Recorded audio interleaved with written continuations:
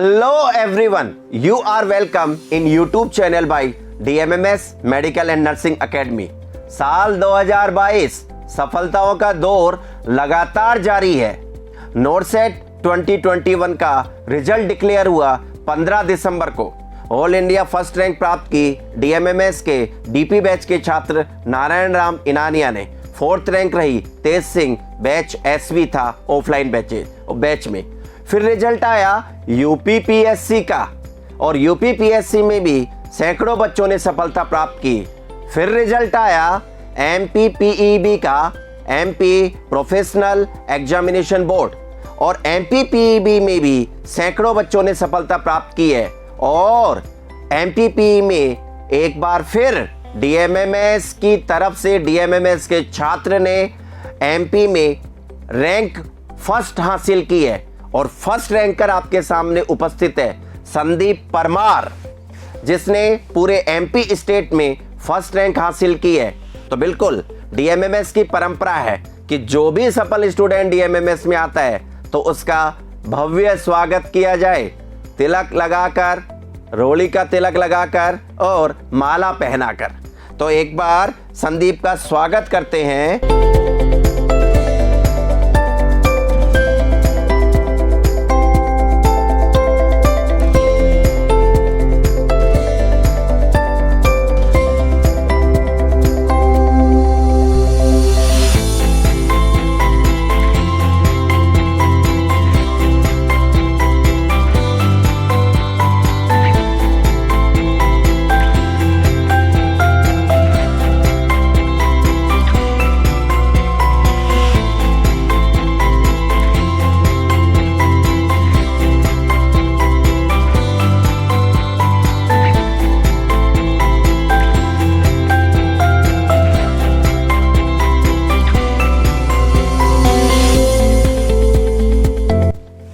Well done, Bravo.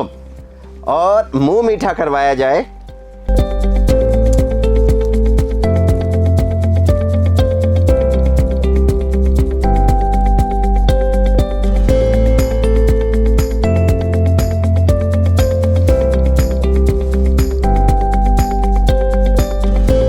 माल्यार्पण के बाद पुरस्कार जिसका हकदार है संदीप परमार।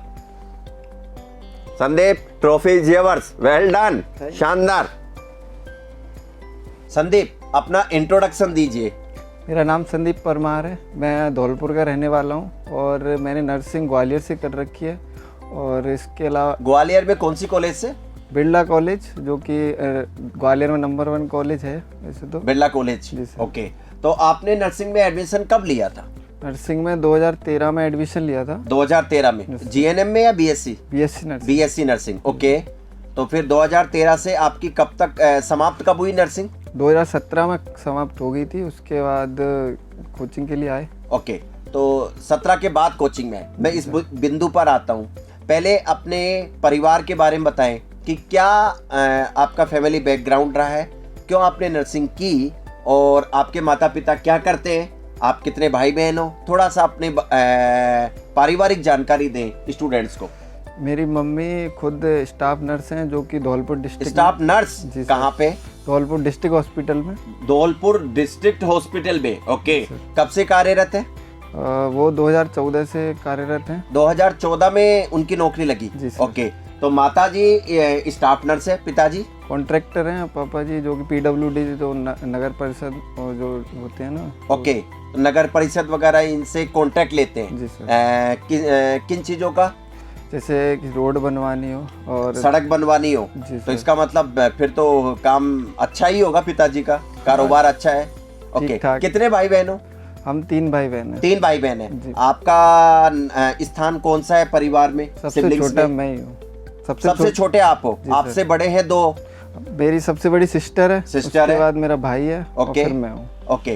तो सिस्टर क्या करती है, आपके भाई क्या करते हैं? सिस्टर ने GNM कर रखी है भरतपुर से। भरतपुर कौन सी कॉलेज? RBM, वो गवर्नमेंट कॉलेज है ना नर्सिंग का। GNM की है? कब कंप्लीट हुई? उनकी हुई थी 2011 में कंप्लीट हुई है, 2011 में, ओके। और मेरी मम्मी खुद नर्स थी, तो मैंने सोचा कि मैं भी नर्सिंग। आपके भाई? मेरा भाई इलेक्ट्रिकल से जूनियर JEN है। JEN जी सर। कहाँ पे है JEN? जी, राजस्थान गवर्नमेंट में श्री गंगानगर में पोस्टेड है इस टाइम। गंगानगर में पोस्टेड है। ओके, यानी संपन्न परिवार से हो। कभी आर्थिक तंगी देखी है आपने अपने जीवन काल में? अभी तो नहीं। अभी तक तो नहीं देखी है। यानी परिवार में जो आपने कभी बचपन में खिलौने मांगे होंगे, पूरे हुए हैं सपने? जी सर। हमेशा आपकी डिमांड पूरी होती थी? हाँ, हो शायद जाती उसका थी। कारण था, एक तो पिताजी कॉन्ट्रैक्टर थे, माताजी गवर्नमेंट जॉब में है, भाई भी कमा रहा है, तो आपको कभी जिंदगी में इतनी आर्थिक तंगी नहीं देखने को मिली, अभी। खुश रहे हो। ओके, अब अपनी एजुकेशनल लाइफ के बारे में बताइए कि जब आपने nursing Birla college of nursing Gwalior से पूरी की 2017 में, जैसा आपने बताया 13 में पूरी स्टार्ट किया आपने, 17 में आपने चालू की, तो 17 में नर्सिंग पूरी करने के बाद फिर आपने क्या किया? 17 में जैसे ही ख़त्म हुई तो हमें करना ही था कोचिंग कहीं ना कहीं से। तो एक फेसबुक पे हमने चेक किए कि कौन कौन से यहाँ पे नर्सिंग कोचिंग संस्थान हैं। तो उस एक आपने पोस्ट डाल रखी थी जिसमें फेसबुक पे DMMS के पेज पे? Yes sir. फेसबुक के DMMS पेज पे पोस्ट डाल रखी थी सन 2017-18 में? जी सर। ओके, 18 में। फिर 18 या 17? 18। जी सर। ओके, फिर आपकी नर्सिंग कब खत्म हुई थी? 17 में? 17 में नवंबर दिसंबर के आसपास आपका रिजल्ट आ गया, एग्जाम ही हुए थे? एग्जाम ही खत्म हुए। ओके, फिर आपने तो फिर आपने वो पोस्ट देखी? जी सर, वो दिल्ली एम्स से सेलेक्टेड थे जितने भी थे जो, तो उनमें से एक का हमने वहाँ पे अच्छा, पूछा। जो सक्सेसफुल कैंडिडेट्स है उनकी लिस्ट देखी होगी आपने? जी सर। कितनी बड़ी लिस्ट थी, कितने कैंडिडेट्स थे? DMS के बहुत सारे बच्चे थे, कम से कम नहीं तो 40-50 तो होंगे मिनिमम। ओके, तो चलो ये आपने वो लिस्ट देखी, फिर आपका मन हुआ कि DMMS चले, या फिर कैसे आप DMMS तक पहुंचे? वो एक सर थे जिनसे हमने पूछा, वो जो सेलेक्टेड थे उनमें से एक सर थे जिनसे हमने पूछा कि मतलब हमें आगे क्या करना चाहिए। तो उनने सजेस्ट किया कि DMMS इंडिया में सबसे अच्छी मतलब कोचिंग संस्थान है, इसके अलावा कहीं मत भटकना, आप सिर्फ यहीं से कोचिंग करना और कहीं नहीं जाना। अच्छा, तो आपने मतलब वो जो सिलेक्टेड लिस्ट थी उसमें एक नाम था जो आपके टीचर रहे होंगे? हाँ ऐसे। या फिर वो सर होंगे जो आपके सीनियर रहे होंगे, तो आपने फिर आपने उनसे गाइडेंस लिया, उन्होंने आपको बोला DMMS is the best, nothing beyond it, never let be diverted yourself, just go into the DMMS medical nursing academy. फिर आपने एडमिशन लिया। बैच कौन सा था आपका? E16 batch. E16 बैच था। आपके साथ और कौन कौन पढ़ते थे उस बैच में? मेरे साथ मेरे 2 बैचमेट थे, शैलेश बघेल और जो प्रियव्रत नर्सिंग यादव। आप शैलेश बघेल ने भी बिरला कॉलेज से ही की थी? हाँ, हम दोनों ओके, साथ में। और प्रियव्रत यादव जो प्रियव्रत, तो मुझे अच्छी तरह याद है, आप तीनों को मैं अच्छी तरह जानता हूँ, मुझे 2018 का वो सीन अभी भी याद है। शैलेश, प्रियव्रत और संदीप परमार तीनों एक साथ बैठा करते थे। ओके, अच्छी याद है। सर टोंक फाटक वाले क्लासरूम में बैच चलता था। Yes sir. और मुझे याद है मेरा जो लेफ्ट हैंड रहता था उसके सामने आप सेकंड थर्ड रो में बैठा करते थे। जी सर। ओके, तो संदीप परमार, आपने एडमिशन लिया, जैसा आपने DMMS के बारे में सुना था कैसा आपने पाया? जिससे जितना सुना था उससे ज़्यादा ही मिला है, क्योंकि पहले दिन डेमो था, डेमो सुन के तो हम इतना मतलब ग्वालियर में जो पढ़ाई होती थी, जो आप मानते हैं कि सब लोग की नहीं पढ़ाई, तो वहाँ कुछ नहीं थे हम, लेकिन जहाँ आने के बाद जो पढ़ाई में इम्प्रूवमेंट था वो बहुत ज़्यादा था। पहला आपका डेमो था, वो देख के तो हमने पहले ही सोच लिया था कि अब तो यहीं ज्वाइन करना है, कहीं नहीं अच्छा, जाना। पहला डेमो के बाद ही डिसाइड कर लिया? Yes, sir. पहला डेमो देख के? ओके, क्योंकि पहला डेमो मेरा ही हो रहा होगा, अक्सर अमूमन रहता है। ओके, तो उसके बाद फिर आपने DMMS में एडमिशन ले लिया। अच्छा, ये बताइए, जो एग्जाम का नाम है MPPEB, इसका मतलब क्या है MPPEB का? Madhya Pradesh professional examination board, जैसे कि हर स्टेट ये में। NHM के तहत है ये नहीं, एग्जाम? नहीं, ये NHM से अलग है? जी सर। जैसे राजस्थान में RPSC एग्जाम करवाती है स्टाफ नर्स का, वैसे ही MP में MPPEB। अच्छा, यूपी में भी UPPSC करवाती है, राजस्थान में PSC RPSC और यूपी में UPPSC, और ऐसा ही स्टेट लेवल का एग्जाम है MPPEB। ओके, तो इसकी वैकेंसी कब निकली थी? वैकेंसी तो बहुत 2019 में निकली थी। पहले एग्जाम हुआ, वो कैंसिल हो गया। ओके, जी सर। 2019 की वैकेंसी थी। एक बार एग्जाम, स्टेट लेवल के एग्जाम में, चाहे वो राजस्थान का हो, चाहे रीट हो, चाहे कोई सा भी हो, अक्सर ऐसा देखने को मिलता है। रीट में भी आजकल आप सुन रहे होंगे कि हटाओ, पेपर आउट हुआ बहुत सारी, है ना। एक एग्जाम मुझे याद है, आपको शायद आपको पता होने, राजस्थान में एक संविदा के लिए NHM के तहत एक एग्जाम हुआ था, जनवरी 2018 में ही हुआ था शायद, और उसका रिजल्ट आज तक आया नहीं आया, मुझे पता नहीं, भगवान को पता है वो कहाँ गया हुआ एग्जाम। तो स्टेट लेवल के एग्जाम 2-3 बार में होते हैं। तो 19 में वैकेंसी निकली, एक बार एग्जाम हो चुका था, Yes, sir. फिर वो कैंसिल हुआ, फिर वापस हुआ, फिर वापस कब एग्जाम हुआ? ये वापस 23 दिसंबर 23 दिसंबर 2021। अच्छा, आपने फॉर्म 21 में भरा था या 19 में भर दिया था? 19 में भर गया था। सैलेस ने भरा? सैलेस ने नहीं भरा। क्यों? वो पहले से सिलेक्टेड हो चुका था। अच्छा, तो सैलेस पहले से सिलेक्टेड है, कहाँ पर? ऋषिकेश में। AIIMS Rishikesh. Shailesh Baghel, if you are listening to me, congratulation to you, thank you, very good, well done, bravo कि आप एम्स ऋषिकेश में काम कर रहे हो। तो शैलेश ने नहीं भरा। प्रियव्रत CHO में लग गया था पहले ही, और उसकी CHO में काम कर रहा था, जी सर। फिर अब उसका 34 रैंक आई है उसकी भी। 34 रैंक इसी में MPE में। PB में। प्रियव्रत, आपको भी बधाई MPPB एग्जाम में सफलता प्राप्त करने के लिए, प्रियव्रत को भी बधाई। ओके, फिर आपका एग्जाम 23 दिसंबर को हुआ। 23 दिसंबर का एग्जाम हुआ, रिजल्ट कब आया? रिजल्ट आया था 2 दिन पहले, 26-25 तारीख को। 25 जनवरी, जी सर। रिपब्लिक डे से एक दिन पहले, और आज है आज 30। 30 जनवरी। तो 30 जनवरी को हम उपस्थित हैं।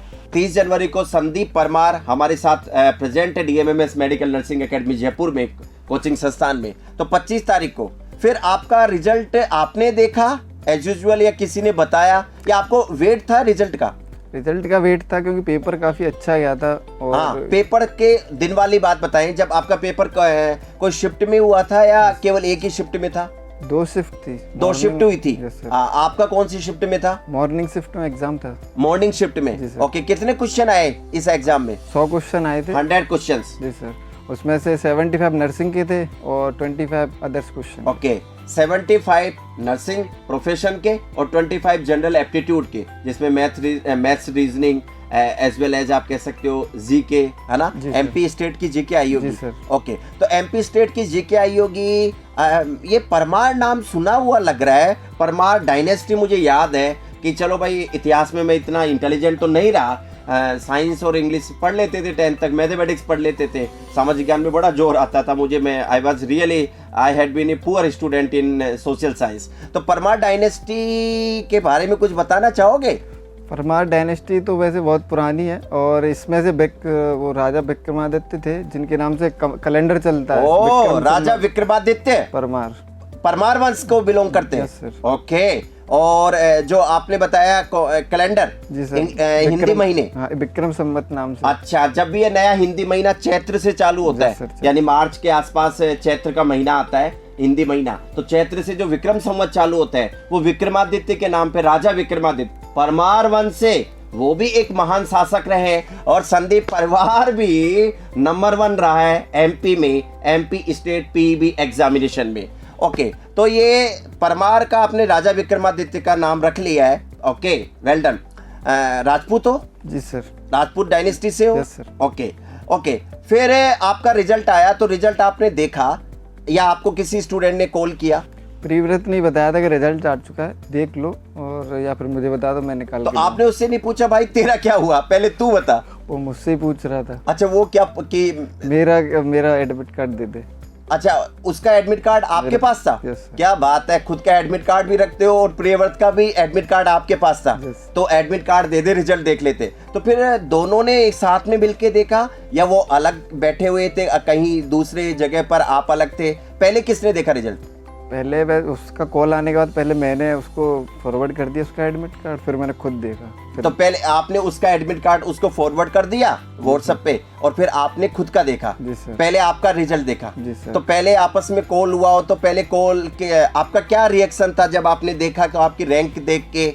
रैंक देख के तो बहुत अच्छा लगे, फर्स्ट रैंक लिखा था उसमें, तो लग रहा था कि कुछ तो। मुझे याद है आपने मेरे को भेजा था, thank you so much sir, उसी दिन भेजा था कि sir thank you to DMMS medical nursing academy कि आपके आशीर्वाद से आज MP में फर्स्ट रैंक आई है। मुझे याद है उसी दिन आपने भेजा था। तो खुशी का ठिकाना? बिल्कुल कोई ठिकाना ही नहीं था सर, ऐसे लग रहा है फर्स्ट रैंक काफी अच्छी होती है हर जगह, कोई it was like dream coming true. Yes sir. Okay, तो आपने सबसे पहले प्रियव्रत को कॉल किया, आपके पास दो ऑप्शन थे क्योंकि आप खुशी शेयर करना चाहते थे, तो प्रियव्रत को कॉल किया या फिर आपने अपनी माताजी पिताजी को कॉल किया? उसका कॉल लाइन पे ही था, तब मैं रिजल्ट देख रहा था। जब रिजल्ट देख रहे थे तब कॉल लाइन पे था, तो तुरंत आपने बोला भाई मैं तो पास हो गया, मेरा रैंक फर्स्ट है। प्रियव्रत ने फिर बताया? प्रियव्रत से फिर पूछा तो उसको बोला उसकी 34 रैंक है। अच्छा, इस एग्जाम में वैकेंसीज कितनी थी और फॉर्म कितने गए थे? वैकेंसी बॉयज की थी 222 फॉर बॉयज, ओके, और गर्ल्स की 444। 400 यानी 80-20 वाला लड़कियों का वहां पे भी लगा दिया, एमपी में भी इनडायरेक्टली, डायरेक्टली तो नहीं बोला पर। अच्छा, गर्ल्स की वैकेंसी थी 444 यानी 444 444 दो गुना 50% यानी 2/3, वही 80-20 हो गया एक तरीके से, 60% 60-30 हो गया, और 30% बॉयज का 222 222 सीट थी। ओके, कितने फॉर्म गए थे, कुछ आइडिया आपको? पूरे एमपी में? अच्छा, उन्होंने एमपी का रजिस्ट्रेशन मांगा होगा? Yes sir. कोई एक्सपीरियंस मांगा था? नहीं। ओके, तो कितने फॉर्म गए थे? 40 के ऊपर ही थे। 40,000 फॉर्म? 40,000 से ऊपर ही फॉर्म थे, प्लस फॉर्म थे। तो 40,000 फॉर्म आप देख रहे होंगे सफल स्टूडेंट, 40,000 से ज्यादा फॉर्म गए, 222 वैकेंसी थी, होने को तो 666 वैकेंसी थी, पर 444 लड़कियों के लिए रिजर्व थी और 222 बॉयज के लिए थी। तो उसमें 222 में से 40,000 में से 200 के अंदर आना और 200 में भी टॉप रैंक लाना, ये कमाल कर सकते हैं संदीप परमार डायनेस्टी विक्रमादित्य के शासक को बिलोंग करते हैं। ओके, सो आपकी फर्स्ट रैंक आई, फिर आप थोड़ा सा, फिर आपने माता पिता को कॉल किया उसी टाइम, मम्मी पापा को तुरंत कि भाई प्रियव्रत फोन रखो, मैं पहले माता पिता को। आपने माताजी को फोन लगाया पहले या पिताजी को? पहले मैंने पापा को कॉल लगाया था क्योंकि मम्मी ड्यूटी पे थी। बिल्कुल, तो पहले आपने पिताजी को कॉल लगाया, फिर पापा का रिएक्शन आया कि अच्छा रैंक अच्छी आई है। फिर मैंने थोड़ी देर मम्मी को कॉल किया, तो बहुत खुश हो रही थी कि रैंक आई है बहुत अच्छी। आपने अपने भाई बहनों को बताया? हाँ, तो फिर वो भैया को कॉल किया, मैं दीदी के ही घर था तो दीदी को तो तभी बता दिया था। ओके, तो दीदी खुश हो रही थी बहुत ज़्यादा, फिर भैया को कॉल किया, फिर भाभी को कॉल किया, तो सब खुश हो रहे थे बहुत ज़्यादा। तो फिर आपने बधाइयों का तांता लग गया होगा। कोई इंडिविजुअली कोई मिठाई खिला रहा होगा, कोई मिलने आया होगा, कॉल कर रहे होंगे उस दिन, तो आपका मतलब ऐसी। अच्छा, आपकी जिंदगी में अब तक का खुशी का पल, खुशी का क्षण कौन सा रहा आज तक, अब तक के इस जीवन काल में आपका, जो इतनी लाइफ, इतनी एज, कितने, हाउ ओल्ड आर यू? 25, अब 26 के हो जाएंगे। यस, अप्रोक्स 26 ईयर्स ओल्ड, 26 साल के हो गए। तो इस 26 सालों में आपके जिंदगी के कुछ खुशी के पल आपको याद हो? कौन कौन से पल आपको याद है जो आपके लाइफ में 2-3 पल ऐसे हो जो खुशी के क्षण रहे हो, खुशी के मोमेंट, और उनमें सबसे बेस्ट मोमेंट कौन सा रहा है?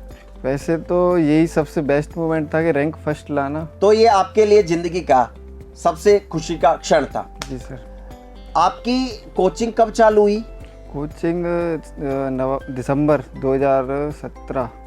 2017 में, दिसंबर के महीने में, नवंबर दिसंबर दिन। फिर आपकी कोचिंग कब खत्म हुई? कोचिंग खत्म हुई मई जून के आसपास। मई जून में, यानी लगभग 6-7 महीने बाद, लगभग 6 to 7 मंथ बाद, मई जून में। ओके, तो कोचिंग के दिनों में आपका बैच इवनिंग था? Yes sir. 2 से 8 टाइमिंग रहता होगा। तो क्या, कितना आप पढ़ते थे, आपकी पढ़ाई की स्ट्रेटजी क्या रहती थी? कोचिंग में ऐसा 2 से 8 तक अपन कोचिंग जाते थे, फिर रात को रिवीजन कर लो, फिर सुबह जाग के फिर रिवीजन करना होता था। जो पहला पुराना ही पढ़ रखा है वो ही पढ़ना। कभी आपस में आप, शैलेश, प्रियव्रत तीनों एक साथ रहते होंगे तो कुछ कंपटीशन रहता था? बिल्कुल सर, वो आपस में क्वेश्चन वगैरह करते थे तो उसका बेनिफिट मिला। यानी आपस में आपने ग्रुप डिस्कशन किया? यानी तीनों एक साथ बैठ जाते, कभी कभी खाना बनाते टाइम, खाते टाइम आपस में डिस्कस करते, तो उसका बेनिफिट आपको मिला? Yes sir. आप इस बात से सहमत हैं? जी सर। ओके, तो आपने टेस्ट दिए होंगे, टेस्ट में आपकी कैसी रैंक रहती थी? डीएमएमएस कोचिंग में जो क्लास टेस्ट होते थे तो उसमें आपकी कैसी रैंक रहती थी? उसमें ऐसे पहला जो टेस्ट हुआ था फंडामेंटल का, उसमें शायद 17 रैंक आई थी। और 17वीं? ओके। फिर उसके बाद पीडिया का हुआ था तो उसमें रैंक आई थी 32 के आसपास, 32। ओके, फिर वो लास्ट में जब टेस्ट देते थे तो ऐसी रैंक आती थी टॉप 50 के आसपास। टॉप अंडर 50 में रहते थे, आउट ऑफ 200-300 स्टूडेंट, 200-300 बच्चों में आप 50 के पहले अंडर 50 रहते Yes, थे। sir. शैलेश और प्रियव्रत वो भी आसपास ही रहते थे, सैलिस के कहीं थोड़े ऐसा नंबर- तो नहीं है पेपर आपस में एक दूसरे का देख के करते हो, आसपास चेयर ले लेते हो? नहीं नहीं नहीं, बिल्कुल वो ऑनेस्टी अलग- से। अलग। Honesty is the best policy. Do you believe in that? Yes sir, अपने आप से धोखा करना हो गया अगर नकल कर रहे हैं तो। चलो तो आपकी रैंक आपने बताई, जैसा आप बता रहे कि आपकी अंडर 50 रहती थी, अंडर 50 रैंक रहती थी चाहे कोई सा भी टेस्ट हो। बेस्ट रैंक कौन से टेस्ट में और कब आई, कोई याद है आपको कुछ? आपकी सबसे बेस्ट रैंक कौन सी रही और कब आई? 12th रैंक आई थी। जब कोचिंग के पास आउट हो जाते हैं तो टेस्ट देने आ ही जाते थे। अच्छा, यानी जब बैच खत्म हो गया तो भी आप टेस्ट देने आ जाते थे ऑफलाइन? मुझे याद है सैलेस वगैरह आप सब आते थे। तो सैलिस की 5th रैंक आई थी, मेरी 12th रैंक आई थी। किस क्या था वो, कंबाइंड था या कोई सब्जेक्ट का टेस्ट था? वो ओबीजी का ही टेस्ट था। ओबीजी का टेस्ट Yes, था, sir. तो उसमें आपकी टॉप 12वीं रैंक आई। Yes, sir. और सैलेस की 50 रैंक आई। चलो वो एक आपके लिए अचीवमेंट रहा। Yes, sir. फिर आपकी कोचिंग खत्म हो गई 2018 में मई जून में। Yes, sir. उसके बाद आप यहीं रुके या आप घर चले गए? घर चले गए सर, क्योंकि तबीयत मेरी थोड़ी ख़राब सी रहती थी तो फिर इलाज कर। ओके, आपकी तबीयत खराब रहती थी तो आप घर चले गए, माता पिता ने आपको बुला लिया होगा। Yes sir. ओके, फिर 18 के बाद फिर आप तैयारी करते रहे घर पर? मैं वापस आया 2018 में, लास्ट दिसंबर अच्छा, के आसपास। 2018 में जब आप जून में मई जून में चले गए तो 2-4 महीने घर रुक के फिर वापस आ गए Yes. नवंबर दिसंबर में। फिर रेलवे का एग्ज़ाम था जो मेरा पहला एग्ज़ाम था। हाँ मुझे याद है 2019 में में। मई जून या जुलाई अगस्त में कुछ हुआ था। जुलाई में। Yes, ओके ओके, फिर उसमें सेंटर कहाँ था आपका रेलवे वाला? रेलवे वाला सेंटर आगरा। आगरा में। ओके, फिर उसमें तो सर जो रिजल्ट आया उसका अच्छा था, लेकिन 0.66 नंबर कम रह गए थे उसमें। 0.66? Yes sir. Are you listening? एक नंबर से भी कम, 0.66। शायद कोई नेगेटिव मार्किंग आपको मार गई होगी। यस, एक तो क्वेश्चन बड़ा दुख हुआ होगा जब आप इतना क्लोज जाके आप रह जाते हैं। 0.66। फिर मुझे एक क्वेश्चन अब भी ध्यान है, अगर वो सही हो जाता तो। कौन सा क्वेश्चन? क्या वो पैनक्रियोडुडेनेक्टोमी क्या होता है, वो तो मैंने पढ़ा नहीं था या ध्यान नहीं दिया होगा, लेकिन वो क्वेश्चन मेरा गलत हो गया, मैंने आंसर की चेक। ओके, यानी पैंक्रियाजोड्यूडेनेक्टोमी का क्वेश्चन आपका गलत हुआ, तो उसकी वजह से आपको पछतावा हुआ उस क्वेश्चन के लिए। फिर उसके बाद दूसरा एग्जाम डीएसएसबी का दिया था। डीएसएसएसबी का कब हुआ था? अगस्त में। अगस्त में, महीने 1.5 महीने बाद। फिर उसका क्या रहा? कुछ 4 नंबर कम थे उससे। 4 नंबर कम थे, यानी जो कट ऑफ गई थी उससे 4 नंबर शॉर्ट रह गए, यानी अब की बार पीछे जा रहे थे, वहाँ 1 नंबर से भी कम शॉर्ट थी और अब की बार 4 नंबर। फिर उसके बाद रायपुर एम्स का पेपर दिया, उसमें भी कुछ 1% वो थोड़ा कम रह गया, ऐसे कट ऑफ गया था 78 तो 70। रायपुर एम्स का एग्जाम दिया? जी सर। कौन सी कब दिया था एग्जाम? 2019 अगस्त में लगभग। फिर उसमें भी कम रह गए, यानी आपको 3 असफलता मिल चुकी थी। देखिए, इतिहास वही लिखते हैं जो अपनी जिद पर अड़े रहते हैं, टिके रहते हैं। 3 असफलताएं मिली बैक टू बैक। जुलाई में एग्जाम था आरआरबी का, असफल रहा छात्र संदीप परमार। फिर अगस्त में एग्जाम हुआ डीएसएसएसबी का, उसमें भी असफल। एम्स रायपुर का, उसमें भी असफल। उसके बाद फिर 2019 के बाद 20 में तो शायद कोरोना आ ही गया था, कोरोना काल आ गया था। ओके, पेंडेमिक आ गया था। फिर घर चले गए। फिर आप घर पे ही तैयारी करते रहे।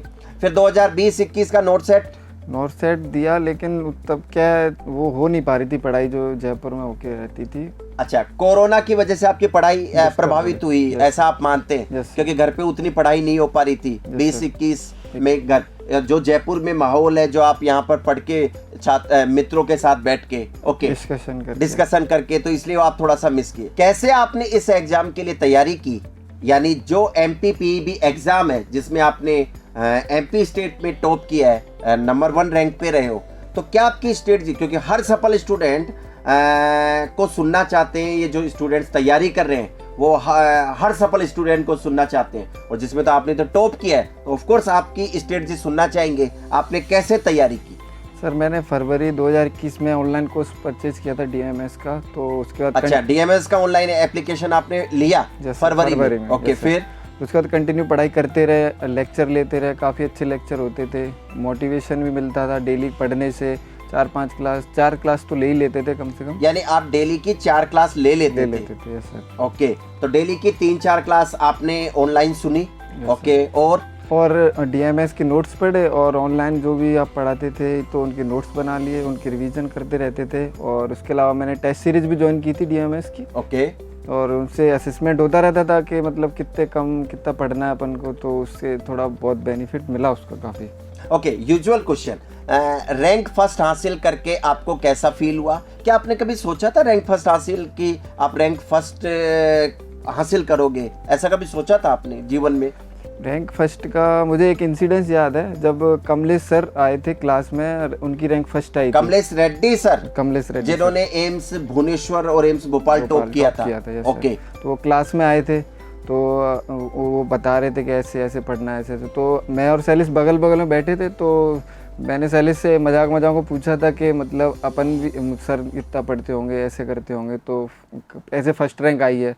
तो फिर सैलिस ने मजाक में बोला था कि चिंता मत कर, तेरी भी रैंक फर्स्ट आई कभी ना कभी। ओके, तो सैलिस ने आपको बोला कि कभी तेरी भी फर्स्ट रैंक आई? Yes sir. ओ सैलिस, ये आपका किया हुआ मजाक आज सच हो चुका है। एक्सीलेंट। शायद सैलिस कुछ तो जानता होगा, कुछ तो टैलेंट देखा होगा आप में, शायद इसीलिए बोला हो। Yes sir. वो तो आपस में डिस्कशन करते थे, तो पता चलता रहता था कि कितना क्या पढ़ना है या कितना होशियार है। तो तब से आपने मन में ठान लिया था कि कभी तो रैंक आएगी या कभी तो सेलेक्ट होंगे? निराश नहीं हुए इतनी 3-4 असफलता मिलने के बाद? नहीं, निराश क्या, वो तो मोटिवेशन सर आप देते रहते, मतलब आपके पास जाते तो आप भी मोटिवेट करते थे, ऑफलाइन बैच में भी। ऑनलाइन ली जब, तो आप ऑनलाइन भी बताते रहते थे ऐसे पढ़ना है, ऐसे आप कोई भी प्रॉब्लम आए तो मुझसे क्वेश्चन करें, तो आपसे क्वेश्चन पूछते रहते थे, तो बहुत बेनिफिट मिला इन चीज़ों का। अच्छा, तो आपने बिल्कुल, संदीप परमार ने क्लियर शब्दों में कह दिया है कि सफलता हासिल करने के बाद आज डीएमएमएस में कि सर डीएमएमएस का ऑनलाइन एप्लीकेशन में लेक्चर सुने, उसके बाद टेस्ट सीरीज ऑनलाइन का और डीएमएमएस के नोट्स पढ़े। क्या ये सच बात है? यही पढ़ा आपने? बिल्कुल सर। ओके। फिर उसके बाद अच्छा, आपने जिंदगी में आपका कोई रोल मॉडल है? हाँ सर, 2 रोल मॉडल है मेरे। 2? ओके। पहली मेरी माँ, जो माँ? Yes sir. क्यों? माँ जब मैं छोटा था तब माँ आंगनवाड़ी वर्कर थी, तो आंगनवाड़ी कार्यकर्ता? जी सर। ओके। फिर जब आंगनवाड़ी होने के बाद फिर उन्होंने एएनएम की ट्रेनिंग करी। ओ, आंगनवाड़ी से फिर एएनएम की ट्रेनिंग ओके। फिर वो एएनएम में पोस्टेड हो गई। ओके। फिर एएनएम के बाद उन्होंने जीएनएम भी करी। एएनएम के बाद जीएनएम? ओके। तो इतने स्टेप पार करने के बाद जब मम्मी सेलेक्ट ओके, माता जी आपको कहानियां सुनाती होगी, बताती होगी कि कैसे आंगनबाड़ी कार्यकर्ता, आप सुन रहे हो, ने एएनएम की, एएनएम के बाद जीएनएम, तो ऑफ कोर्स मोटिवेशन तो मिलना ही है। तो मोटिवेशन आपका घर में ही आपके लिए मोटिवेशन कहानी, प्रेरणादायक कहानी थी। ओके। दूसरा रोल मॉडल आपके जीवन में कौन रहे? कमलेश रेड्डी सर। कमलेश रेड्डी सर, क्यों? क्योंकि वो जो आते थे, फर्स्ट रैंक आई है उनकी, तो लगता था कि हम भी कभी सेलेक्ट होंगे, हमारी कभी फर्स्ट रैंक आ जाए, तो इसके लिए हम बहुत पढ़ाई करते थे। और उनका लगता था कि हाँ सर अच्छे हैं, और वो साइकेट्रिक पढ़ाते थे, क्वेश्चन सेशन लेते थे, उनसे डिस्कशन करके हमें बहुत अच्छा लगता था जब क्वेश्चन सेशन होते थे। तो संदीप परमार के जीवन में 2 रोल मॉडल रहे हैं, एक माँ और दूसरे कमलेश रेड्डी सर, जो कि साइकेट्रिक के लिए क्वेश्चन सेशन करवाते थे। बहुत अच्छी बात है। तो आप इसी वजह से आप अपनी तैयारी करते रहे ना। अच्छा, आपका बेस्ट फ्रेंड कौन है? वैसे तो हैं सर, अब लेकिन वैसे स्कूल लाइफ में अलग थे, फिर कॉलेज लाइफ के बाद तो बिल्कुल ऑफ कोर्स स्कूल लाइफ में अलग मित्र होते हैं, कॉलेज लाइफ में अलग होते हैं, कोचिंग लाइफ में अलग होते हैं। तो जैसे जैसे उम्र बढ़ती है मित्र बढ़ते जाते हैं, और ज्यादा उम्र बढ़ती है 25 के बाद तो मित्र घटते जाते हैं। ये 25 तक की जो उम्र होती है उसमें मित्र बढ़ते जाते हैं, और 25 के बाद मित्र घटते जाते हैं, क्योंकि फिर आप अपने काम में बिजी हो जाते हैं, व्यस्त हो जाते हैं। फैमिली में मैरिड हो? नहीं सर। नहीं। अब आप देखिए, अब आप लगातार तैयार रहिए, अब आपके रिश्ते आने वाले हैं। जैसे ही आपकी ज्वाइनिंग होगी, कहाँ ज्वाइनिंग, कुछ इसमें चॉइस तो होती नहीं होगी, स्टेट खुद देती है ये ज्वाइनिंग? क्या वेरिफिकेशन के बाद वो प्रेफरेंस देंगे? वेरिफिकेशन कब का है? अभी डेट नहीं आई, लेकिन नेक्स्ट मंथ हो जाएगा। नेक्स्ट मंथ फेब में हो जाएगा वेरिफिकेशन। फिर उसके बाद वो अपने आप ही सीट अलॉट करते हैं। प्रेफरेंस ऐसे नोट सेट की तरह थोड़ी कुछ रहता है? नहीं, उनका क्या, सीट जहाँ खाली होती है तो उस हिसाब से वो वेरिफिकेशन के टाइम पे ही भरवा लेंगे। वेरिफिकेशन के टाइम पे ही भरवा लेंगे। ओके। सो कोई मोटिवेशनल वाक्य, कहानी, मतलब जो बच्चों को बोलना चाहे ताकि वो भी आपकी तरह बच्चों को क्या सलाह देना चाहोगे, क्या कहना चाहोगे उनके सामने? बिल्कुल एक दृढ़ संकल्प ले सके आपको सुन के कि अगर संदीप परमार बोस ने ऐसा किया है तो हम भी ऐसा करें। कुछ कहना चाहोगे बच्चों को कि वो सफलता कैसे हासिल करें? पहली बात तो DMS एक अच्छी कोचिंग संस्थान है। सबसे अच्छी बात है कि यहाँ जो MM सर हैं वो बहुत अच्छा पढ़ाते हैं, और उनके अलावा जितने भी टीचर हैं अच्छा पढ़ाते हैं। पहली बात तो आपको जो नोट्स मिलते हैं वो पढ़ें, ऐसे नहीं कि कहीं से भी जाके कुछ भी पढ़ लो। जो एक ही नोट्स हैं आपके उनको रिवीजन करो, और क्वेश्चन सेशन की प्रैक्टिस वो क्वेश्चन करके देखो। एक बुक से करो, भले कितनी भी अच्छी बुक हो, लेकिन एक बुक उठाओ, उससे क्वेश्चन करो, और जितने ज़्यादा हो सके उतने ज़्यादा क्वेश्चन करके देखो। अब पता चलता रहता है, जैसे क्वेश्चन आपके 50 क्वेश्चन किए, अगर उसमें से 30 ही क्वेश्चन सही हो रहे हैं तो आपको और मेहनत करने की ज़रूरत है। और कंटिन्यूटी कभी भी ब्रेक नहीं करनी है। भले कितने भी फेल हो जाओ, कितने भी 4 एग्ज़ाम दे लो, 5 एग्ज़ाम दे लो, फेल हो जाओ, लेकिन कंटिन्यूटी कभी भी ख़त्म नहीं करनी है। तो संदीप परमार ने बिल्कुल, आप सब सुन ले, कान खोलकर अपना दिमाग को शांत करके सुन ले। संदीप परमार ने सफलता का मंत्र दिया है आपको कि एक कोई भी आप चीज पर विश्वास करें, कि जैसे आपने कोई नोट्स ले लिए हैं, आपने कोई गाइड उठा ली है, उसको लगातार पढ़ते रहे। मुझे ब्रूस ली का एक किस्सा याद आ रहा है कि मुझे उससे डर नहीं लगता जो इंसान 100 तरीके से लात मारना जानता है, पर मुझे उससे ज्यादा डर लगता है जो एक ही लात को 100 बार प्रयास कर चुका है। आप समझ गए होंगे इस किस्से का मतलब, कि अगर आपने एक ही नोट्स को 2-4 बार रिवाइज कर लिया है, उन्हीं को बार बार रिवाइज कर लिया है, तो सफलता तय है। दूसरा, निरंतरता, कंटिन्यूटी, ये भी सफलता का एक मूल मंत्र है कि निराश ना हो। जैसा कि इसने 3-4 एग्जाम दिए, और 3-4 एग्जाम, कितने भी आप इंटरव्यू सुन ले DMMS में, अगर फर्स्ट रैंक करके आपको इंटरव्यू मिल जाएंगे तो कोई स्टूडेंट आपको असफल मिले होंगे। यानी सब सफल स्टूडेंट होने से पहले कहीं ना कहीं असफल होते हैं, और वो फिर इतिहास रचते हैं। तो अगर आप निराश हो भी जाएं, असफल हो भी जाएं, तो निराश ना हो। एक बात याद रख लेना कि संदीप परमार की कहानी याद रख लेना कि संदीप परमार बोस ने 2-3 असफलता हासिल करने के बाद भी हार नहीं मानी थी, निरंतर पढ़ते रहे, और फिर MP वाले स्टेट एग्जाम में टॉप रैंक किया। तो संदीप, धन्यवाद। आप लोगों ने आपने DMMS का नाम रोशन किया है, आपने अपने माता पिता का नाम रोशन किया है। Salute to your mother, really salute कि आंगनबाड़ी कार्यकर्ता से ANM बनी, ANM से GNM बनी, और उस महादेवी ने अपने बच्चे को बिल्कुल सफल बनाया, और आज MP स्टेट में फर्स्ट रैंकर के साथ बिल्कुल अच्छी नौकरी करेगा, staff nursing officer. Yes, okay. तो आपने बच्चों को मोटिवेट किया, ये बच्चे आपको बार बार सुनना चाहेंगे। संदीप परमार को हुर्रा, हिप हिप हुर्रा।